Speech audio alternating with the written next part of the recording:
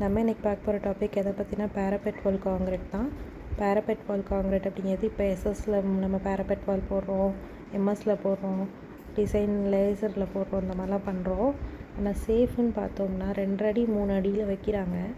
அந்த இதில் என்ன ஆகும் அப்படின்னா ஹைட்டு கம்மியாக இருக்கப்போ நம்ம எட்டி பார்க்கும்போது நம்மளே ஸ்லிப் ஆகிறதுக்கு சான்சஸ் அதிகமாகும்.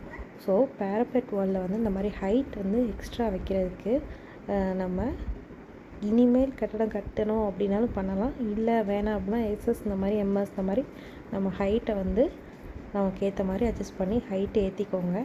அது எப்பயுமே சேஃபாக இருக்கும்.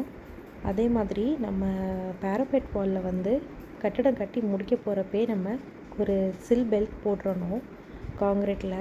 ஏன் அப்படின்னா அது வந்து எந்த விதமான மழை தண்ணியோ இல்லை நம்ம டேங்க் நிறைஞ்சு ஓவர்ஃப்ளோ ஆகிற வாட்டரோ எந்த வாட்டருமே உள்ளே வந்து இறங்காமல் சுவரை வந்து டேமேஜ் ஆகாமல் பார்த்துக்கிறதுக்கு இந்த மாதிரி நம்ம பலகை அடித்து கட்டுறோம் முடியும் போதே நம்ம 4 இன்ச்சு 5 இன்ச்சுக்கு காங்கிரீட் போட்டுறணும்.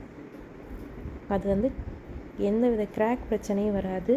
இதுக்கப்புறம் நம்ம மேலே ஃப்யூச்சரில் வீடு கட்ட போகிறோம் அப்படின்னாலும் இது மேலே தாராளமாக அப்படியே எழுப்பிடலாம்.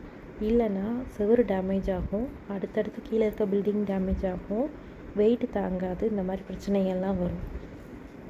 ஸோ இந்த பேரபெட் வாலில் காங்கிரீட் போடுறது மட்டும் சில் பெல்ட்டு கண்டிப்பாக போட்டே ஆகணும். அது மட்டும்தான் நம்ம மொட்டை மாடியிலேருந்து கீழே வர பில்டிங்க்கு எந்த வித பிரச்சனையும் இல்லாமல் மழை தண்ணி இறங்காமல் இருக்கும்.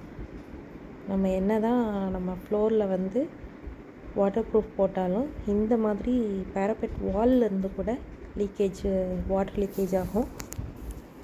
இந்த மாதிரி தகவல்களுக்கு சேனலை ஃபாலோ பண்ணுங்கள். தேங்க்ஸ் ஃபார் வாட்சிங்.